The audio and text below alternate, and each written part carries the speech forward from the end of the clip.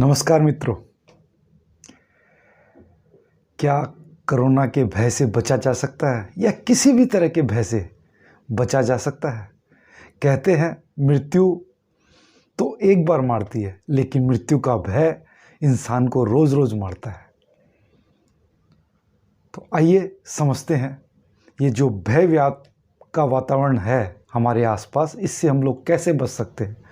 तो सबसे इम्पोर्टेंट हम लोगों को समझना पड़ेगा कि इस भय का कारण क्या है। भय का कारण निसंदेह परिस्थिति अनुकूल नहीं है, लेकिन उससे भी ज़्यादा भयंकर जो बार बार हम लोग सोशल मीडिया, टीवी पर बम्बार्डमेंट हो रहा है खबरों का, बार बार वही न्यूज़ देखते हैं, निगेटिव न्यूज़ फैलाई जाती है, निगेटिव चीज़ों को बढ़ा चढ़ा कर दिखाया जाता है और एक ही न्यूज़ को बार बार हम लोग देखते हैं। जिस सोसाइटी में बैठते हैं वहाँ पर भी वही खबर। तो हम लोगों को जो ओवर बम्बार्डमेंट हो रहा है, इन खबरों से इनसे बचना पड़ेगा। निसंदेह मैं नहीं कर रहा कि आपको इतनी जानकारी जरूर होनी चाहिए कि हमारे आसपास क्या हो रहा है, लेकिन उसी खबर को अगर बार बार, उन्हीं विचारों को, उन्हीं घटनाओं को अगर बार बार आप अपने मस्तिष्क में डालते हैं तो ये हमारे लिए भय का वातावरण तैयार करता है। इसके साथ साथ भय से बचने का सबसे महत्वपूर्ण हम लोगों को समझना पड़ेगा कि शरीर विज्ञान क्या कहता है। तो आप देखेंगे जब भी इंसान भयभीत होता है तो उसकी सांसें उखड़ी हुई रहती है, सांसें कम चलती है, पूरी छोटी चलती है और इसीलिए ऑक्सीजन का भी लेवल कम होने लगता है उन लोगों में और शरीर में पूरी तरह से ऑक्सीजन की मात्रा नहीं पहुंचती। तो शरीर विज्ञान यह कहता है कि हम लोग को फर्म सीधे बैठना चाहिए। जब भी बैठे, जहाँ पर भी बैठे, चाहे आप ऑफिस में हो, घर में हो, कमर गर्दन अगर सीधी रख के बैठेंगे, कमर में कोई बेंड नहीं होगा, इस तरह से फोल्ड नहीं होगा, झुके हुए नहीं होंगे, तो आपके शरीर को ऑक्सीजन पूरा मिलता रहेगा और ये आपके आसपास के भय के वातावरण को दूर करेगा। इसके साथ साथ सकारात्मक विचारों से भर दे। अब सोचिए, एक तरफ तो हम लोग को दिखाया जाता है कि रोज इतने लोग मर रहे इतने, लेकिन अगर दूसरी तरफ हम लोग दूसरी तरफ के आंकड़े देखें कि विश्व के बाहर क्या हो रहा है, भारत में मृत्यु का परसेंटेज क्या है, तो 0.10 में भी, मतलब 135 करोड़ में लाखों में संख्या है कि इतनी बड़ी आबादी के बीच में। तो पॉजिटिव विचारों से अपने आप को भरें कि आप उन 1-2% लोगों में रहेंगे कि 98% में। निसंदेह हम लोग 98% में रहेंगे, ऐसे विचारों से भरें।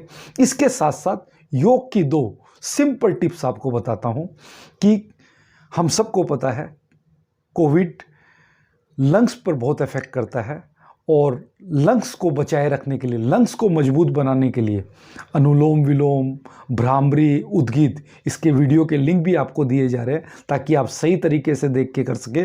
लोग भूल करते हैं, ये बहुत लाभप्रद है। लेकिन अगर आप इतना कुछ न कर पाएँ तो बहुत सिंपल टिप्स है कि जैसे सामने आपके मोमबत्ती रखी हो और उस मोमबत्ती को हमें बुझाना है, तो क्या करेंगे, लंबी गहरी सांस लेते हैं, लंबी गहरी सांस ली, लंबी गहरी सांस ली।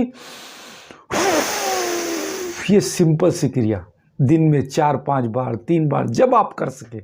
बस खाना खाने के कुछ समय का गैप होना चाहिए, खाली पेट सबसे उत्तम है। अगर आप करेंगे तो ये लंग्स की कैपेसिटी को भी बढ़ाएगा और आपके शरीर में ऑक्सीजन लेवल को बढ़ाएगा। इसके साथ साथ आप सिंपल सी एक्सरसाइज, भस्त्रिका का एडवांस वर्जन, ये भी आपके ऑक्सीजन लेवल को बढ़ाने वाला है। लंबी गहरी सांस लेंगे, हाथ ऊपर जाएगा, सांस छोड़ेंगे, हाथ नीचे जाएगा, जैसे झटके से।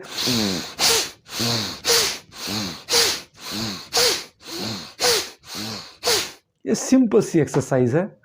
आप 20-20 के 3 सेट, 4 सेट कर सकते हैं, जैसी आपकी कैपेसिटी हो। एक ही बात का ध्यान रखें, योग की कोई भी क्रिया सहज सरल होकर करनी चाहिए। हाँ, अगर आप हाई बीपी के पेशेंट हैं तो आपको ये क्रिया नहीं करनी है और ध्यान तो सबसे बेस्ट है ही।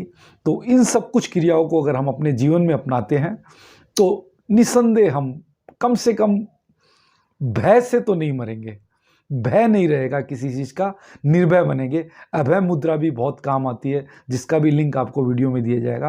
आप देखिए, अपनाइए अपने जीवन में, निर्भय बने, निडर बने, योग करें, निरोग रहें। धन्यवाद। नेक्स्ट वीडियो फिर किसी महत्वपूर्ण जानकारी के साथ। धन्यवाद।